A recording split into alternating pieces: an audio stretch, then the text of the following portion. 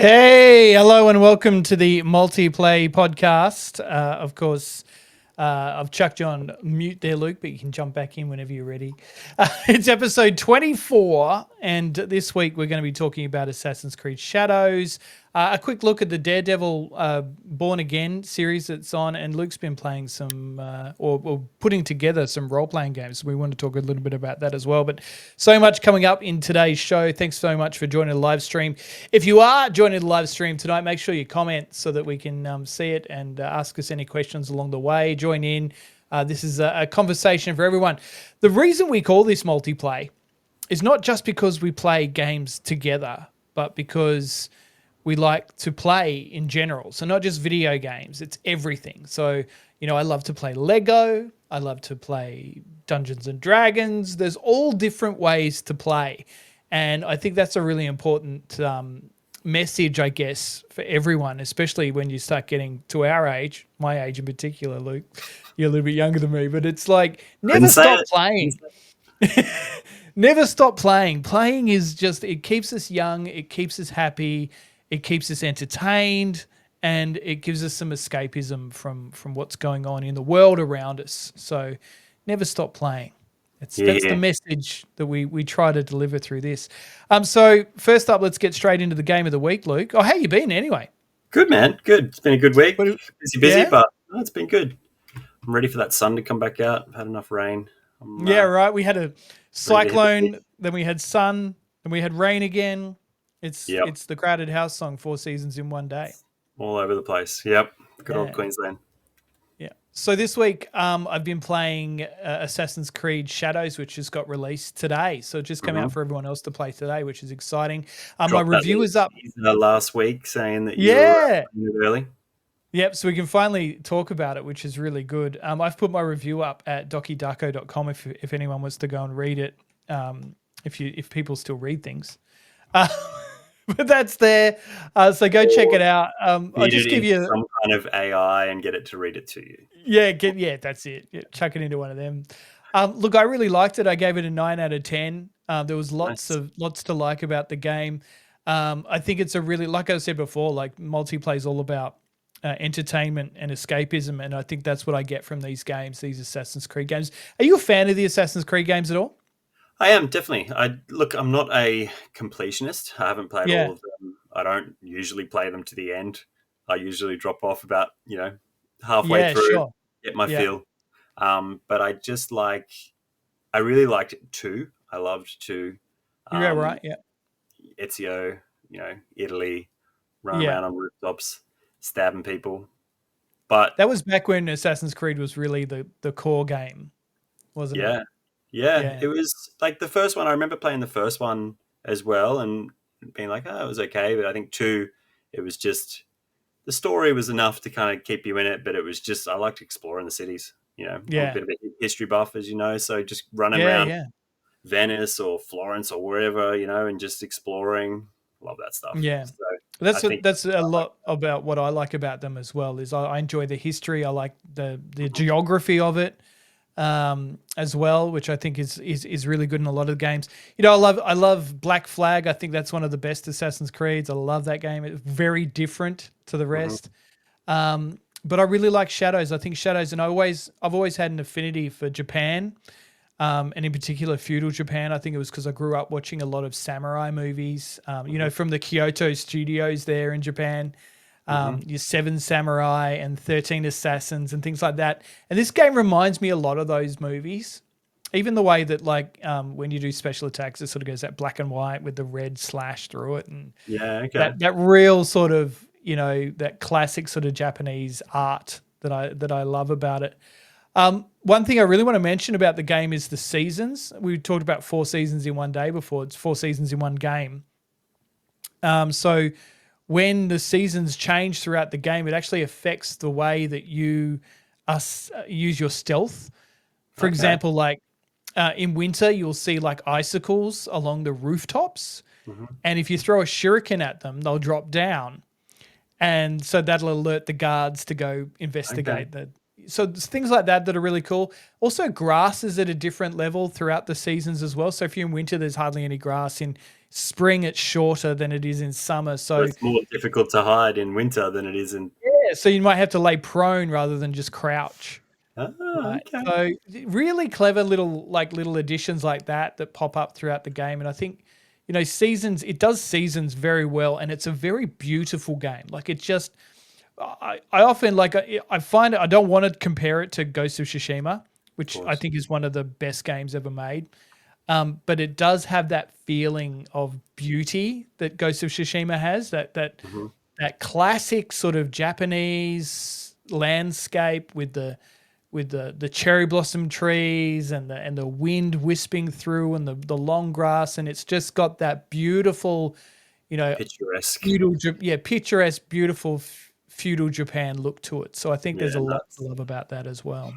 And so what is it like gameplay wise? Like obviously it's in the title, but is it very stealth based? Or can you just go in there, get the sword out and just hack everyone to pieces?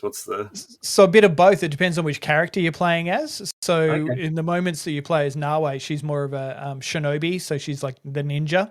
Mm-hmm. So her gameplay is very stealthy and very attack from the rooftops and Yep. sneak. Whereas Yasuke is a full-on samurai. So he's a brute. So he's a big bloke, and he's all about crashing through doors and using his brute strength, and he's a bit of a tank. So yeah, it's great the way that they interlope the two characters throughout the game.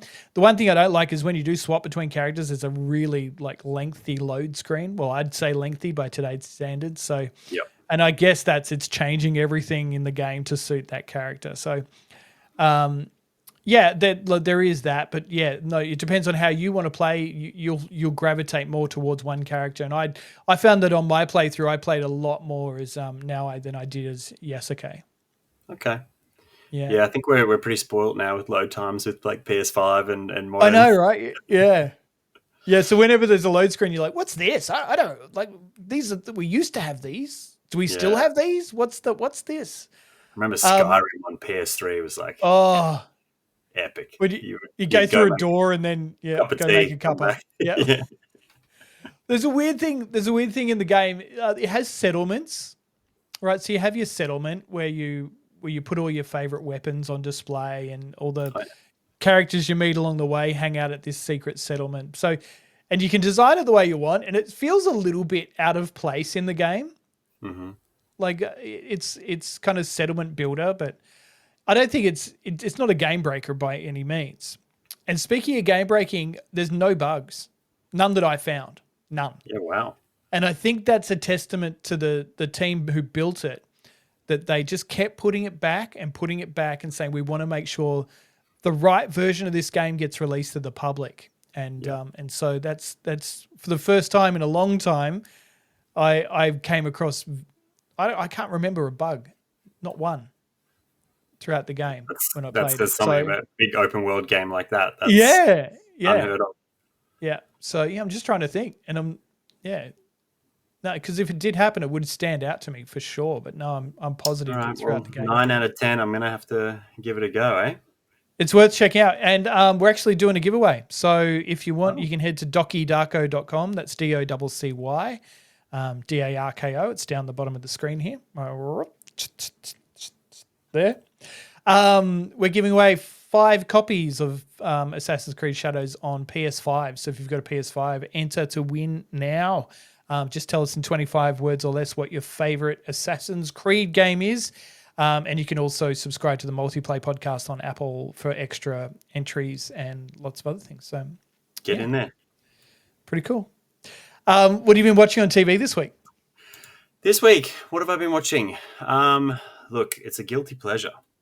But Yeah. me and the missus love a bit of Survivor. So I've actually been watching Oh, Survivor God. this week.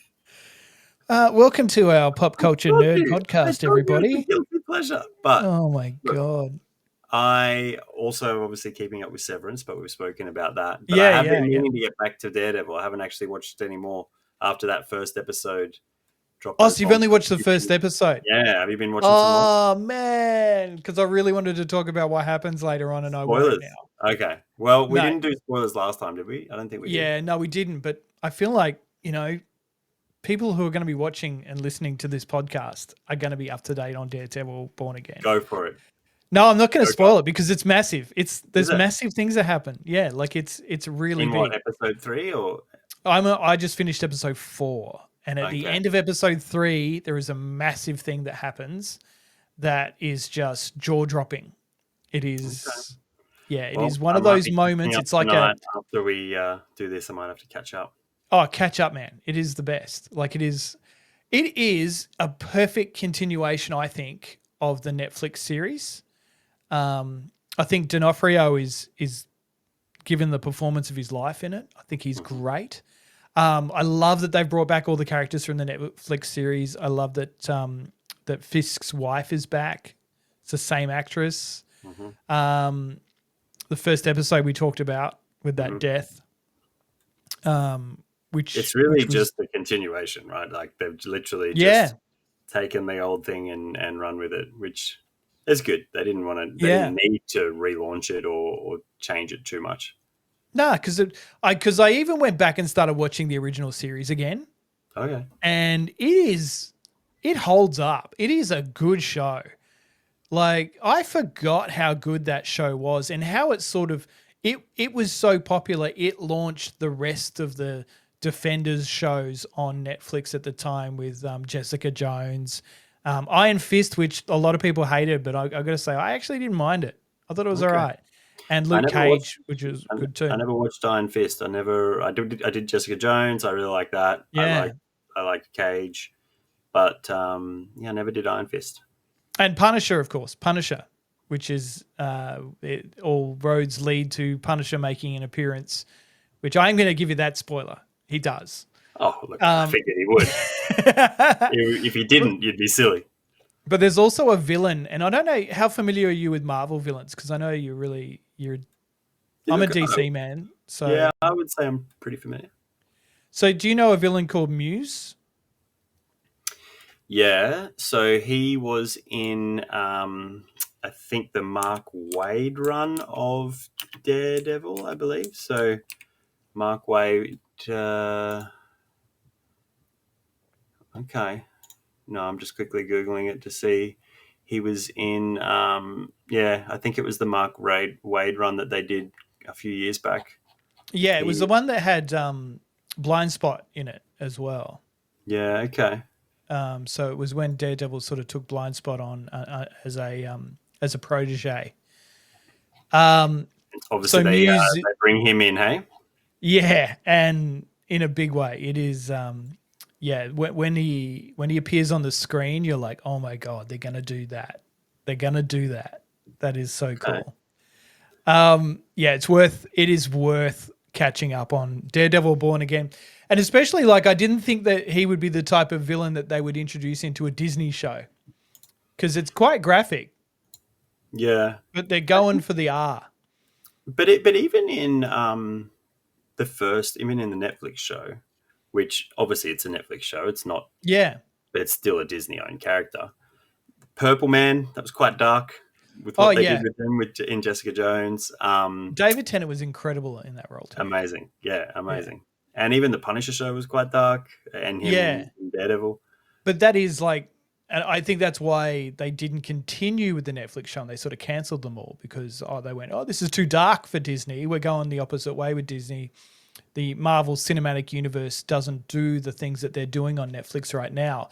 So it's interesting that they're bringing Daredevil Born Again to Disney, but giving it its old Netflix roots, that real almost hard R type. And I think it's great. I think it's great they've stuck to their guns and doing it that way because I agree. I think not everything Marvel has been amazing lately, and that's the truth. Have you watched Cap yet? No, I haven't watched Cap yet. Yeah, okay. Yeah. We'll talk about that once you watch Cap. Yeah, I haven't watched the Falcon movie yet.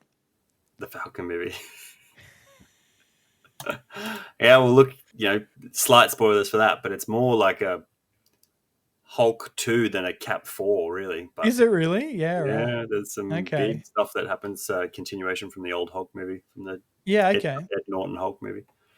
Liv Tyler makes a comeback in it. Yeah, there's maybe a little Liv Little Liv A in little there. bit of Liv. Little Liv. I don't know. Liv Tyler was in one of my guilty pleasure shows, 911. Oh, I don't Do you even watch know that. those? They're No. like procedural sort of Okay. drama based in fire stations. And 911 Lone Star is the spin off series, and Liv Tyler was in that. And she was only in the first Okay. season. And she's probably the worst actress I've ever seen in my entire life. Oh, that's a big Like, call. like, like, yeah, she gives Phoebe from Friends a run for her money because she is in the show. You can see why she only lasted a season, and in fact, it was good that she only lasted a season because she was replaced in the second season by Gina Torres from Firefly and Yep. Suits and all those. She's So good. and she's amazing in it. Yeah, she's so good. So, but yeah, if you want a guilty pleasure, the 911 series are great, and they're just about to do a new 911 Nashville, and it's going to star Robin, as in Chris O'Donnell Robin. Chris O'Donnell Robin. Yeah. Okay. Nipple Robin. Nipple Robin. So he's going to be in it. So yeah, that's a new season that they're going to be launching very I'll soon. tell you, Cat 4, very limited Liv, if that makes you feel Oh, better. is it? Yeah. That's good. Not a lot. You know what? Yeah, that's a little Liv is too much. I think we had a little Liv in Armageddon, and that was okay. Yeah. There was a lot of Liv in Armageddon. I haven't watched that in a long time, but I think there was plenty of Liv. Was there? I don't know. There was a yeah, okay. There was a lot of Liv's dad singing songs. But a lot of Ben. Yeah, a lot of Ben Bruce. and a lot of Bruce. And that's what you want. You want that, yeah. That's a great film, isn't it? No, it's not. You don't like Armageddon? I love Armageddon. It's so good. Look, I haven't watched it in a long time. Maybe it's aged well, but I think if I watched that today, it would not have aged well. But we'll see. I read this thing a few weeks ago and it cracked me up. It was Ben Affleck had turned to the director. Who was the director of that? Was it? What's his name? Jerry Bruckheimer, maybe? Yeah, it might have been Bruckheimer. And he turned to him and he said, "Hey, wouldn't it make more sense for the miners just to train the astronauts rather than the miners trained to be astronauts?" Michael Bay, sorry. Michael Bay, yeah, it was one of the, yeah. And so and he turned around to him and he goes, "Yeah, you're overthinking it. Get out." Yeah, well, you can definitely overthink it for sure. Yeah. Hey, I've been watching Solo Leveling. I think I told you last week I'd started it. And so here's the dumb thing, right? I watched an episode called, it was Zero episode, like not episode 1, it was episode 0. And it gave me the entire story for the entire season in one episode. It gave me all the spoilers. So I was like, oh man. So now I'm working my way through it. But I'm at episode maybe 6 of season 1. And oh, wow. This is the best anime I've watched since Attack on Titan. Nice, I reckon. Yeah, it is incredible. So if you don't know what it's about, I initially thought it was more of a Dungeons and Dragons style thing, but it's actually more of a gamer thing. And there's these portals opening all over the world that lead into dungeons, right? And they have to go into these dungeons and clear them out and defeat the boss in the dungeon in order to shut that dungeon down so that the creatures in there don't escape into the real world. Right. And everyone has a level. Like you do a test and you might be level E or B or C, or level S is the best level, I think. And this guy is the worst fighter of everyone that's ever lived in this world. And so he goes into these dungeons and he always ends up in hospital and always ends up injured and is just the worst. And then he discovers that he has a secret power after going down this one dungeon that ends badly for everyone. He wakes up in hospital and his limbs and everything are reattached and he's fine. And then he sees this screen in front of him and it's like the like a start screen in your menu in your video game, and it's saying add your bonuses. You've got bonus things and add your skill points, and so he goes in and he starts level up. And he starts leveling up. So Yeah. he levels up his strength and he levels up all this. And he's still classified as a level E, but he's actually becomes a lot more powerful than that along the way. I got to say, this is incredible. Like it is, I am literally getting excited to watch the next episode each time. Like, and it's just, I haven't felt that way about an anime since Attack on Titan. Like even through like One Piece and all the rest of those type things. I think this and Attack on Titan are definitely my style of anime that I like. And yeah, Solo Leveling, highly recommend. Get in there and watch it. Get on it. Get on it. So, do you have you ever read manga or anything like that, or are you just an anime guy? No, I have read some. I got a couple of books, mainly Attack on Titan, when I was in Japan. So I picked up a couple of those backwards books. You know how you read them from the back there, yeah. Backwards books. Yeah, which I love. But yeah, so but no, I tend to watch it more than I read it. Yeah, I'm the same. Yeah, Backwards books. I'm going to call them that from now on. backwards books. And I do, and I probably, people will hate this probably, but I actually prefer the English dubs too. Yeah, look, I think it's it's a personal preference, right? I think that at the end of the day, subtitles, film nerds and stuff will say, no, the purest way is to do the subtitles because you get the actual voice and that kind of stuff. But the thing, I think that the best defense that I've seen for dubs is if you spend all your time reading the subtitles, you don't get to take in all the picture, right? Exactly. Yeah. You miss things. So you spend all your time reading, you're going to miss other things, little things that are happening in the actual image. So look, I think there's certain things that I'll watch subtitled, but like anime, I mostly do dub as well. Yeah. I've got some friends of mine that are purists that only do the subtitles, but if I can get a dub, I'll probably do a dub rather than a subtitles. I even watched I watched Bleach quite recently. Have you seen much of that? I've heard of it plenty. I've heard great things about it, but I've never watched it. It is a good anime. I wouldn't say it's anywhere near the level of Solo Leveling or Attack on Titan, but it's definitely very good. But I watched that partially as dub, but I started watching it with subtitles, and I just was like, no, I need to watch dub. On a dub one, yeah. But it was worth it. It was worth it switching because I could concentrate more on what was going on in the show. Good show, worth checking out. Yeah, I've heard good things about that, and then the other one I've heard good things about is Berserk. I've never. I haven't seen Berserk. No, I got a mate that reckons that's just amazing. I'll add it to the list. It is on the list. I'm in anime mode, so the list is growing. It's growing, and when my kids aren't watching Yogi Bear, I can watch some anime. Mate, I just got back from the Australian Grand Prix. Nice. How was that?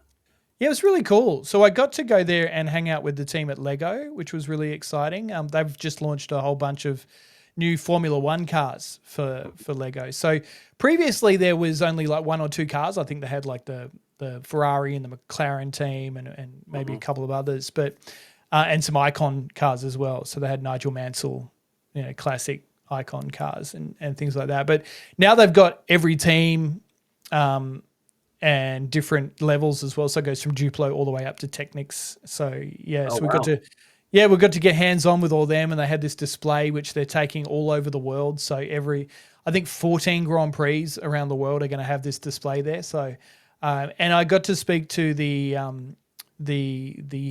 global head of products of Passion Products. His name was Lucas, and probably the best dressed man I've ever met in my life. Had these funky shoes. I just wanted them. But yeah, so it was really good talking to him and getting an understanding of why they do things and what's coming up as well. So they're going to release Bluey sets soon, and I'm a Melbourne Demons supporter for the AFL, so they're doing something with them as well. So we're looking forward to all that getting released soon too. Who do you support in the AFL? I don't support the AFL. You don't support the AFL? Not that I don't look. That's questionable. Not that I'm a snob to the AFL or anything, but if I did have to support someone, it would be the local team, the Lions. The Brisbane Lions, yeah. But I'm not an AFL guy. I watch the opposition. I watch the NRL. The NRL. Who do you support in the NRL? The Dragons. Yeah, right. Yeah. Yeah. Look, I'm not a diehard fan, but that was where I grew up. My pop's a diehard Dragons supporter ever since they merged with the Steelers. So got to go Yeah, with right. the local team that I grew up down there. I'm more of a soccer guy, I've got to admit. And last week, we'll go sport for a second here, even though this is way off. Last week, I just want to give me brag. heaps for watching Survivor. Yeah, I want to brag because the team I support, Newcastle United in England, they won their first domestic trophy for 70 years. So to put that in perspective, I have never, ever, ever seen my team lift a trophy. Wow. As long as I've supported them. So what did they win? Not the Premier League. No, it was the Carabao Cup, which is the League Cup, which is probably the minor cup of all the cups. Okay. But it's still a cup. And so you won like the worst of the cups, and we won the worst of the cups. Everyone's still over the moon. Oh, mate, I am stoked. I am so happy. Like, I have not come down from the high. I woke up at it was 2:00 in the morning that the game was on. Yep. And I just was. It's one of the reasons we didn't record a podcast on Monday. Screaming in the living room. So because the kids are in bed, so I'm silently screaming. Yeah. So we score a goal, and I'm like, headphones on, and I'm like, yeah. I'm like, just be quiet, but also be happy. So what's the history there? Great. How did you become a Newcastle United fan? It was funny. My mate Lee, Steam Kittens, you know. Oh yeah. Yep. Yeah. So my mate Lee and I used to watch the soccer on SBS because back then they only had like a Monday night highlight show. Mm-hmm. And so we didn't get to watch full games, but we'd watch that. He was a Manchester United supporter, is a Manchester United supporter. Said something that you guys were both up at 10:30 watching SBS and just the soccer happened to come on. Yeah. Because back in the days, it was just sex and bloody soccer. So then I had to pick a team, and I picked. I was tossing up between Nottingham Forest and Newcastle, and I just liked the way Newcastle played, and they had these cool players like Les Ferdinand, and then Alan Shearer joined them, and so I've been and Tino Espria and players like that. So yeah, good fun, good times. That's awesome. So who did you make?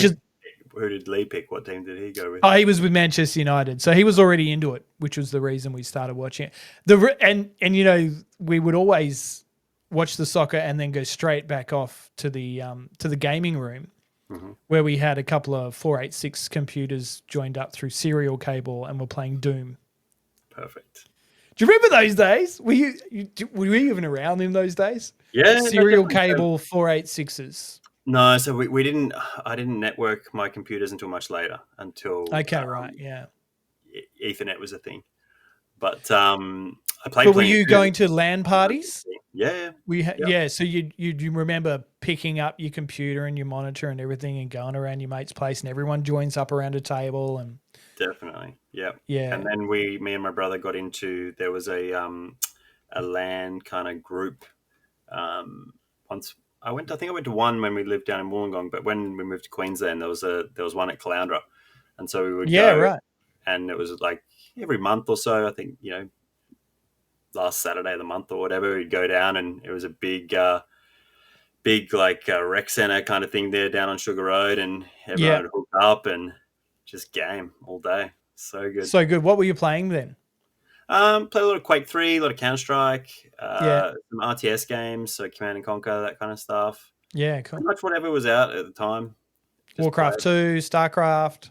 A lot of Warcraft 3, for sure. Yeah, okay, yeah. StarCraft 1, yeah. Oh, man, so much stuff. This is like the golden age of PC It was, games. wasn't it? Yeah. So I often think, like, if the internet and podcasting and that had been around back then it'd be massive for us. Oh, it would have been unreal. I remember if there was ever an argument, it had to be settled via Quake 3 1v1. Duke it out. So good. I liked Quake 3. I actually preferred playing Unreal Tournament, I think, back then. Unreal Tournament was great. Tournament was great. And then, Duke Nukem. Duke was great. I wish I could play those games now, and like there was some people playing. I'm sure there is somewhere, I guess. But I don't know. I just want to have another LAN party. Did you watch that series on Prime recently where each episode is based on a video game? Oh, Secret Level. Secret Level, yeah. And the Unreal Tournament episode? No, I didn't get to the Unreal Tournament one. I watched a few of them. I watched the Warhammer one. Oh, I have to watch the Unreal one. Is it good? Yeah, it's great. It's so cool. Like it just, it shows like there's a rebellion going on and these robots and really cool. Like, it's great. It's really worth checking out. That Space Marine one was great. Oh yeah. Have you seen the Arnie one? The one with Arnold Schwarzenegger? Yeah. Yep. Waking up on the beach. Waking up on the beach. Yeah. Yeah. Perfect. Yeah. It's a really well done show. There was a few on there that I didn't recognize, but I think I'm pretty well versed in games. But there was still some on there that I kind of didn't know too well. I was like, I wish. I had to look up the Arnie one. I wasn't familiar with that.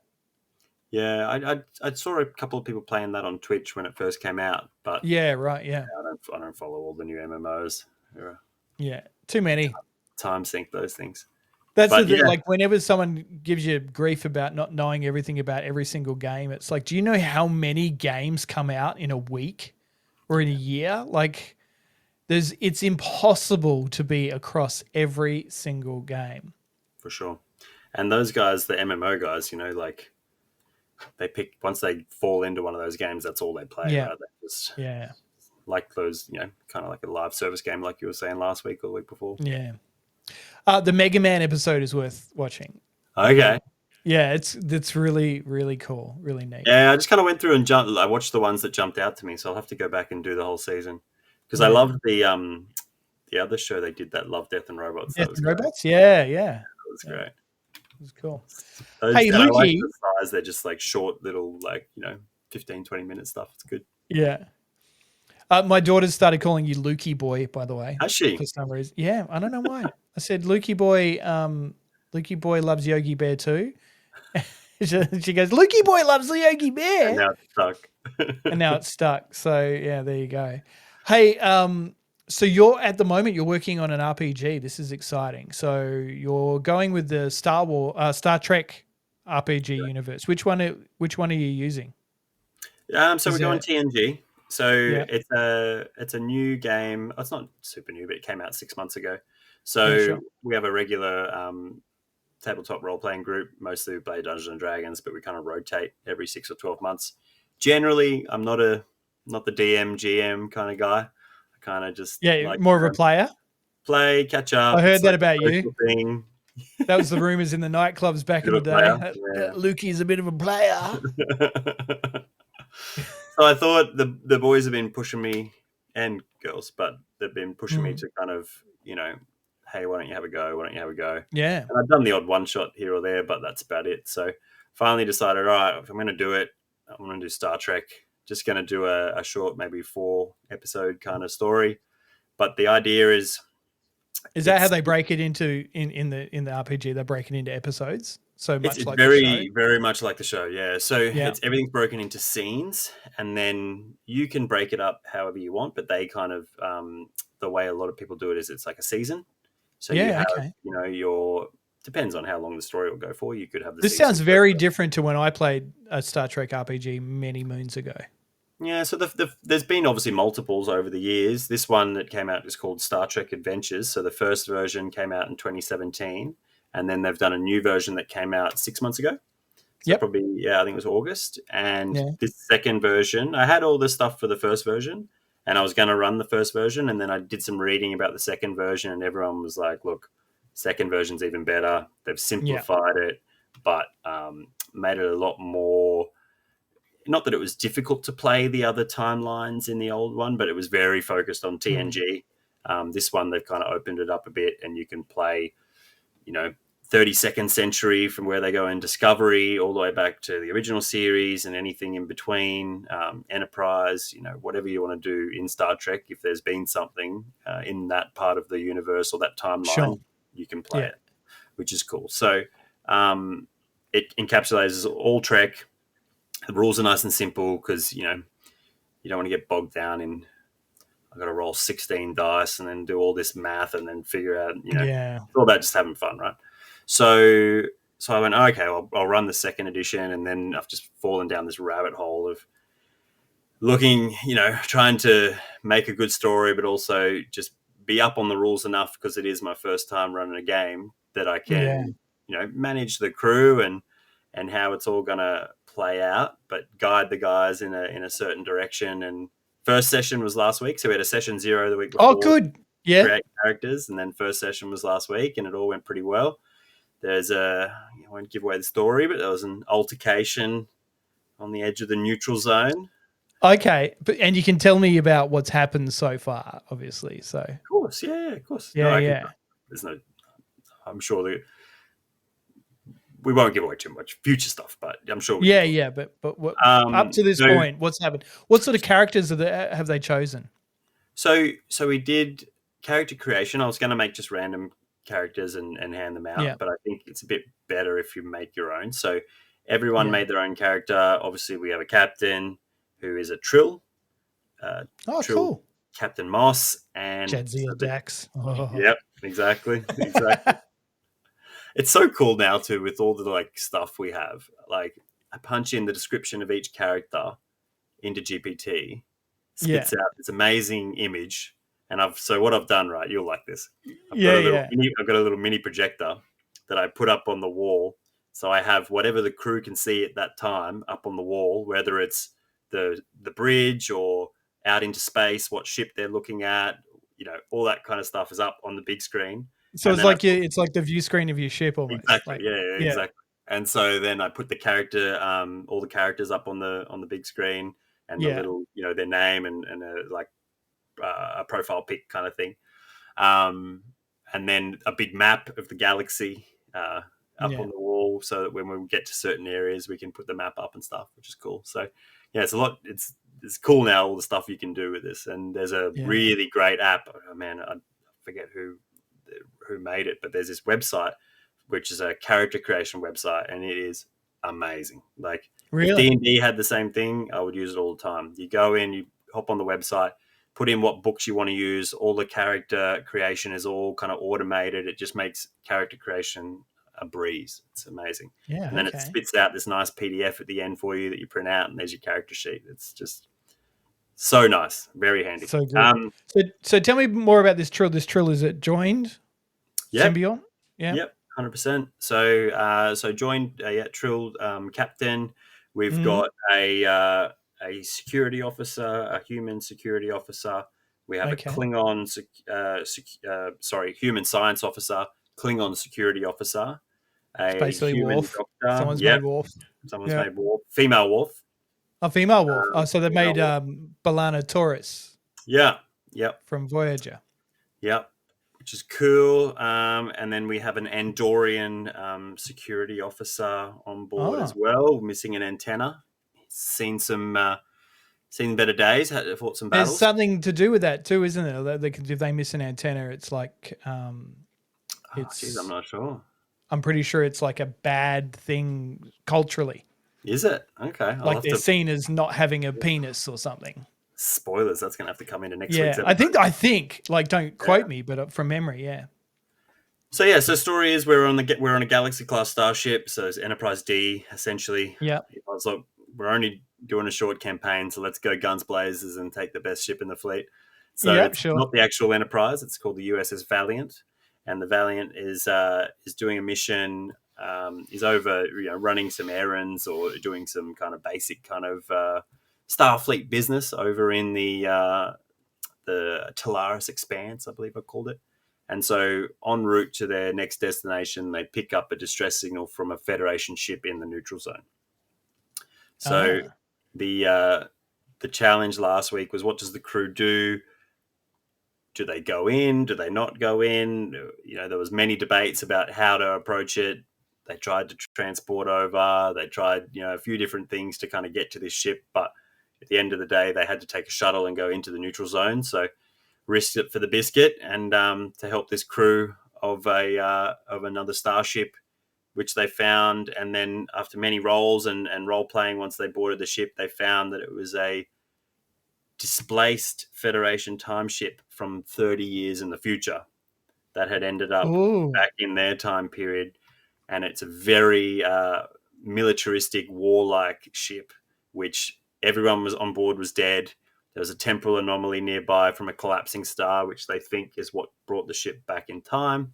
And the episode ended with Romulans decloaking in the neutral zone, capturing them, just leave the ship on their shuttle, and demanding that they hand over all the logs that they downloaded of this time displaced ship. Wow.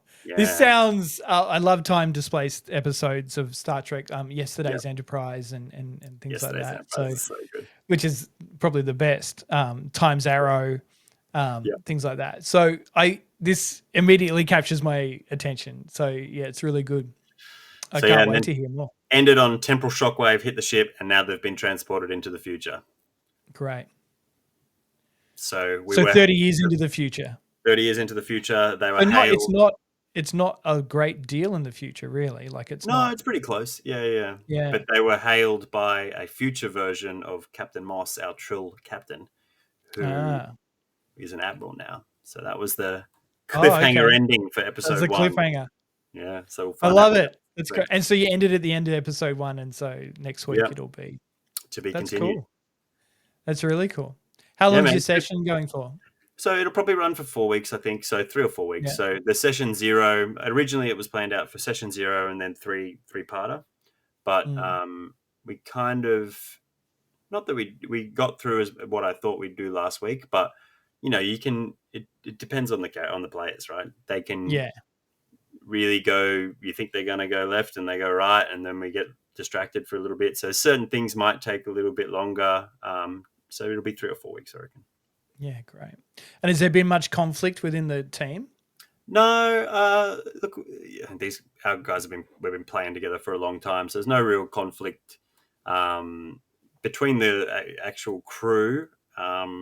The security officer, the Enduran security officer, is very gung ho, so he's always flying off, not half cocked, full cocked, a lot of the time. But it all kind of went really well. It was good. So I'm excited to do the next one. We'll have to run a game. I've got another couple of. I've got a pre-made campaign from one of the books, which looks pretty cool. But maybe we can mix it up a little bit and do it a session. That'd be awesome. We totally need to do that. I want to play a Bajoran captain. Yeah. We actually I played a Star Trek RPG many moons ago. I think I mentioned before. And we had a lot of conflict in it, and so it didn't actually run that well. And it wasn't the fault between the players or the crew. It was between the crew, but through probably the players through the crew. Our DM was amazing, really knowledgeable, came up with everything, really super knowledgeable on Star Trek. Probably the one person on the planet I think knows everything there is to know about Star Trek. Yeah. But we had an issue with it was a Klingon security officer who just wouldn't follow orders, and so I think he was an ambassador on the ship. So there was some sort of exchange program. We ended up with a more Klingon than a Starfleet Klingon, and so I found I just had to constantly put a force shield around him and beam him into the brig. There's no cooperation happening on that crew. No, it was like, I'm the captain. You got to listen to what I say. But we had I think we had a Voyager class. Oh, was it? The same as the Voyager ship, Intrepid class. Yeah, Intrepid class. I think we had that. I think that's what it was. It was like I said, it was a long time ago. My favorite, my favorite starship from all of Star Trek has to be the Defiant, though. Really? I love that ship. Yeah, but you're a big DS9 guy, huh? Yeah, it's just it's got all the cannons, and it's underpowered or whatever, overpowered for a small ship. So it's constantly Nah, man, I love. I don't know. It's got to be the Enterprise. It's got to be. I don't know which Enterprise, the D or the the D is the classic, right? The D is the quintessential Star Trek ship for me. But I think I actually liked. A lot of people didn't like it, but I like the Sovereign class. That one that they get later on in the movies looks pretty badass. Yeah, I love that. I love that ship. Yeah. That's the E, right? Yep, Enterprise E, Sovereign Yeah. class. Yeah, oh, look, there's so many good ones. Yeah. What's the one The with the really Defiant. long nacelles? Is it the Constellation is Kirk's, I think. But yeah, I don't know. Which was the Oh, Excelsior. yeah, Right? That was Excelsior. it was Enterprise B and Excelsior, maybe. Yeah, man, they're all so good. They're so iconic Star Trek ships. And C was similar to a Galaxy, but it was like So Excelsior's the one. Yeah, you're right. The long nacelle. So that must be the that was the Enterprise B, wasn't it? yeah, I think so. You would love. There's this in the book. There's a little cheat sheet for Yeah. it's called Technobabble. So Yeah. whenever you're in a situation, you roll a d20, and you speak to the engineer and you say, okay, you've rolled this. You're doing a repair on the computer, and the engineer can roll a d20 and say, get a 15, and it'll give you words to string together to make like a Really? saying. Oh, what are you doing? Like the power coupling to Fry and Captain. Officer, whatever. Can you fix up our power? Yes, I'm going to reroute main power via this constrictor coupling to the warp core. Oh yeah, perfect. Get that done. Yeah. That's so funny because that reminds me when we were playing the Star Trek Bridge Crew VR game. Yep. And so there was the group of us, I think, how many? We had like 4 people playing that. Yep. And we were trying to do Technobabble while we were playing that. That was so much fun. Like that VR game. Oh, man. You go. No, I was going to say it's amazing. I love it. It is. Yeah. That was one of the first things I was ever exposed to with VR as well. So, Beat Saber and all that as well. But of course. But when you were like, oh man, you got to get this Star Trek game. And so I downloaded, I think it was like the night I got my VR, and we were playing it that night, and I had it linked up because I didn't have it on MetaQuest. I had it on PC, so I had it linked. But oh wow, I was just like, we are on the bridge. This is so cool. Yeah, what a great way to play. I completely forgot about that game, and now that I'm just so deep in Star Trek at the moment, reading and stuff to make this campaign, yeah, we need to play that again. We need to play it again. Yeah, because we weren't very good at it. That was the other thing. We were a terrible crew and deserved to blow up every single time we played. I think but now I think the passion's there each mission, and we would get to like stage 2 or something. Yeah. No, we need to get back into that for sure. That and did they do talk about mini golf? Did you? Because like you said, we were playing that on PC. Do you know if they? I wonder if they did any upgrades for like the Quest 3 or anything to make it a bit more high fidelity. Not that it was bad, but I guess there's the Quest 3. You can do a bit more with that thing now that it's. Well, here's our mission between now and the next podcast, which will be next week. We need to play some VR together and put that to the test so we can let everyone know. I think that's a great idea. Great idea. That's why we tell our wives that we have to play VR tonight because it's research for the show. What a shame. What an absolute shame. Well, I think that should just about do us for tonight anyway. So I think we've covered off on everything. Make sure you go and grab yourself a copy of Assassin's Creed if you want it on Xbox or PC. But if you want to win one on PlayStation 5, then head to dokidarko.com and we're giving you the chance to give you a copy of that. So worth checking that out, dokidarko.com. And, of course, we'll be announcing it more in the radio show on the weekend as well. You can listen to the iHeart Countdown across regional radio in Australia, where we give you the gaming segments, and we'll tell you more about Assassin's Creed there as well. Luke, thanks so much for your time. Anytime. And of course, we'll chat hopefully again next week. We're trying to turn this into more of a weekly pod now, so remember to like and subscribe and share and do all those things because it helps us out and helps us tell our wives that it's okay that we do this thing every week. Catch you next week, everyone, and have fun playing games.